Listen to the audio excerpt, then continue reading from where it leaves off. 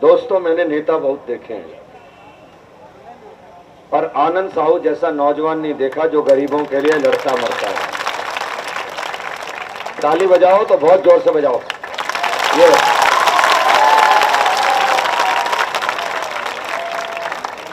ये श्याम जाजू जी की देन है।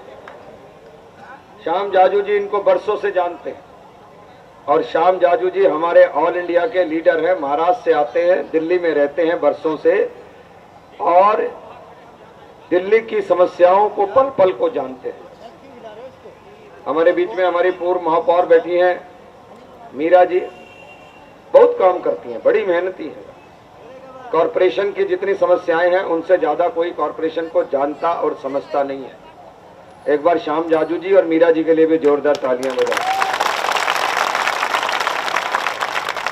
नेता चलता है टीम से। आनंद साहू जी ने जो टीम बनाई है, इतनी बढ़िया टीम बनाई है कि अगर बारिश ना होती तो आप समझ लीजिए इतने लोग मैं भी इकट्ठे नहीं कर सकता था जितने आनंद साहू जी ने आपके साथ इकट्ठे किए। गरीब का दर्द कहां देखा है आपने? कभी देखा है आपने सोनिया गांधी को कभी किसी गरीब के दर्द की बात करती हो? सरकार हाथ के अंदर है। मनमोहन सिंह की सरकार कितने साल से चल रही है, कौन बताएगा आप में से? 10 साल से तो मनमोहन सिंह की सरकार चल रही है, कांग्रेस की सरकार, जिसकी मुखिया सोनिया गांधी जी हैं। और 15 साल से दिल्ली में किसकी सरकार चल रही है? कांग्रेस की शीला दीक्षित की सरकार चल रही है। आपके हालात बदल गए क्या? मकान बड़े बन गए क्या? झुग्गी फ्लैट में कन्वर्ट हो गई क्या? पेट को रोटी के लिए आराम से कमाने को मिल जाता है क्या? हाँ? गरीब आदमी की सरकार पूछती नहीं। गरीब की ध्यान एक ही बार आती है, जब चुनाव आते हैं, जो वोट लेना होता है तो ध्यान हो जाती है बस। इसलिए आपने देखा होगा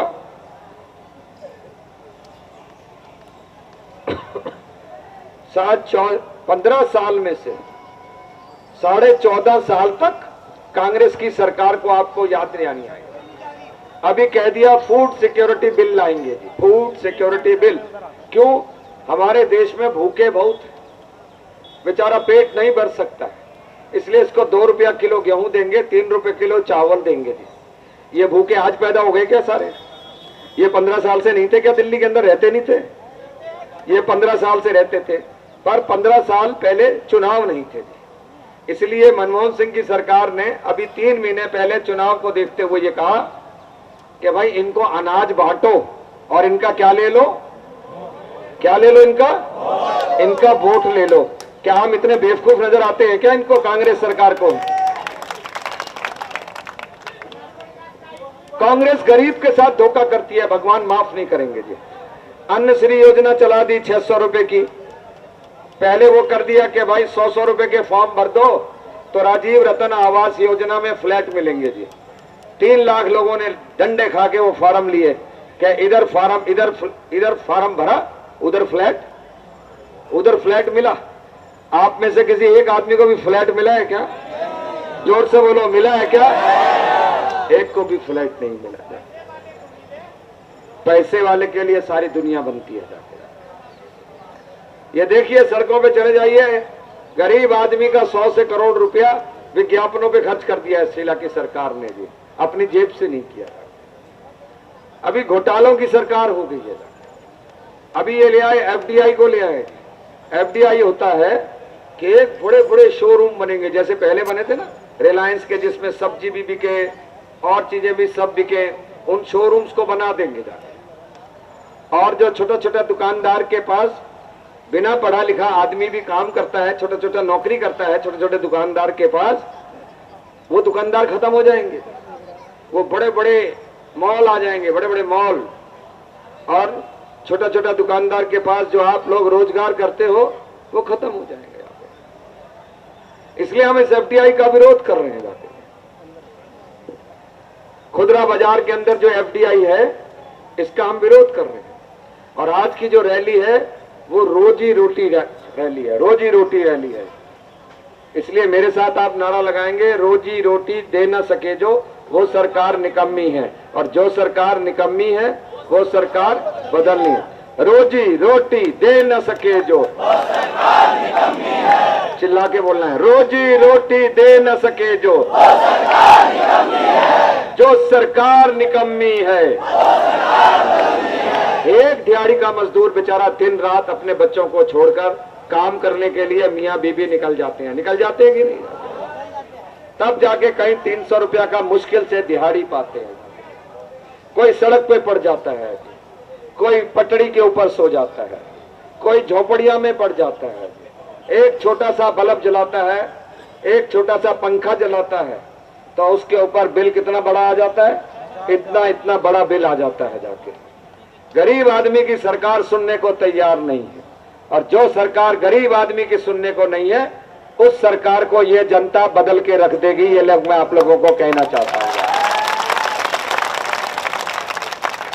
आनंद साहू जी ने लोग इकट्ठे किए जो अखबार बेचते हैं, जो घरों के अंदर अखबार डालते हैं, जो घरों के अंदर नौकर हैं, जो दिहाड़ी के मजदूर हैं, जो छोटी छोटी दुकानों के अंदर काम करते हैं, जो रिक्शा चलाते हैं, जो रेड़ी पटड़ी के ऊपर सामान बेचते हैं, जो ठैये के ऊपर ऐसा लगा के टोकरियां रख के ऊपर घर घर जाके आवाज लगा के गुजारा करता है किसी तरीके से। और ये शीला दीक्षित की कांग्रेस की सरकार यहां से खदेड़ने में लगी चुकी है, खदेड़ने के अंदर लगी है। इसलिए खदेड़ने के अंदर लगी है कि आप लोगों को जब रोजगार नहीं मिलेगा तो काहे को दिल्ली में रहेंगे आप। इसलिए खदेड़ने में लगी है। जब बिजली के बिल 600 से लेकर हजार रुपए के आएंगे तो कैसे चुकाएंगे आप, इसलिए खदेड़ने में लगी है। जब खाना भरपेट नहीं मिलेगा तो कौन टिकेगा दिल्ली के अंदर। कहते हैं 5 रुपए में खाना मिल जाता है क्या 5 रुपए में खाना। मैं साहू जी को कहा ये सब लोगों को प्रधानमंत्री के घर सवेरे सवेरे 6 बजे लेकर चलेंगे, और हाथ में एक एक थाली होगी, सबके पत्तल की थाली होगी जाकर, और उससे कहेंगे ला 5 रुपए के अंदर खाना दे दो, 5 रुपए में खाना दे दो, हमें भी पता चले। और तो कांग्रेस के एक आदमी ने कह दिया जी 2 रुपए में ही मिल जाता है खाना जाके। वो अनाज गोदामों के अंदर सड़ रहा था अनाज, गेहूं, चावल, चीनी। सुप्रीम कोर्ट ने कहा सड़ने से तो अच्छा है गरीब आदमी में बांट दो। मनमोहन सिंह की सरकार कांग्रेस की कहती है गरीबों में नहीं बांटेंगे, चाहे अनाज सड़ जाए जाके। सुप्रीम कोर्ट की बात बता रहा हूं आपको। दोस्तों, गांधी जी ने तो उसी समय कह दिया था। गांधी जी दलित बस्ती के अंदर जाकर सोते थे, गरीब आदमी की बस्ती के अंदर। और गांधी जी के आदर्शों पर चलकर आपको मैं बताता हूं, मैं भी जीवन के अंदर पहली बार कुछ दिन पहले दलित बस्ती के अंदर आप लोगों के साथ सोया था, जाके आप लोगों के साथ सोया था, इसलिए कि उसका दर्द महसूस कर सके, हम दर्द महसूस करें। अब हम रामलीला मैदान में रैली रखे हैं, वो महंगाई की रैली है। हमने कहा है ये जो बिजली के भारी बिल बढ़ रहे हैं इसके खिलाफ अपना बिल लेके हवा में लहराना, दिखाना सोनिया गांधी को, शीला दीक्षित को, देखो कितना बिजली का बिल बढ़ गया है। असल में तो बिजली का बिल की कारण क्या है बढ़ने का, वो सारा महंगाई का द्योतक है, पानी का द्योतक है। पानी मिलता नहीं है, मिलता है तो गंदा मिलता है। अस्पताल का द्योतक है, 10 अस्पताल, सरकारी अस्पताल अब बनते नहीं है, सरकारी स्कूल भी नहीं मिलते। आपके बच्चे पढ़ते हैं सरकारी स्कूलों के अंदर, बिना पढ़ाई पास कर देते हैं। आप खुश हो जाते हो, हमारा ललुआ 10वीं पास हो गया जाके। और ललुआ को कहो लिख कर दिखा दे, कुछ लिखना कुछ नहीं आता। क्यों?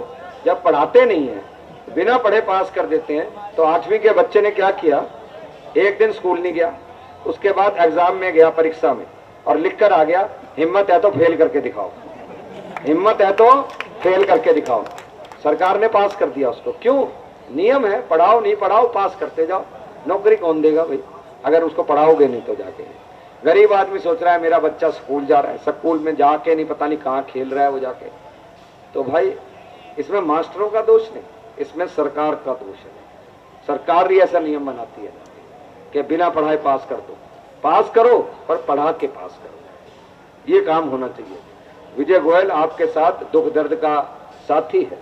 आज इतनी बड़ी संख्या में जो आप लोग आए हो, अपने घर जाके मैसेज देना कि भी मैं भी आप लोगों की तरह मजदूरी हूं, सवेरे से लेकर रात तक काम करता हूं, बाबू नहीं हूं जो एयर कंडीशन के अंदर बैठता हूं। सवेरे से शाम तक लड़ता हूं आपके लिए। और लड़ाई का सबसे बड़ा उदाहरण है, जिस कारण से लाखों लोग आत्महत्या कर रहे थे, दुकान बेच रहे थे, आभूषण बेच रहे थे, मकान बेच रहे थे, कंगाल हो रहे थे, उस लॉटरी को बंद कराने वाला कोई नहीं, आपका यह भाई विजय गोयल था, जिसने पूरे देश से कहा। लॉटरी तो गरीब आदमी खेलता था, अमीर थोड़ी खेलता था। गरीब आदमी बर्बाद होता था, सरकार उससे पैसा चूस लेती थी और फिर कहते थे हम इसका अस्पताल बनाएंगे, पहले खून चूस लो फिर अस्पताल बनाएंगे, इसका कोई फायदा नहीं है। मैं आनंद साहू जी की और इनकी टीम की, कौन कौन है वाइस प्रेसिडेंट खड़े हो, जोरदार तालियां बजाइए इन सभी वाइस प्रेसिडेंट के लिए।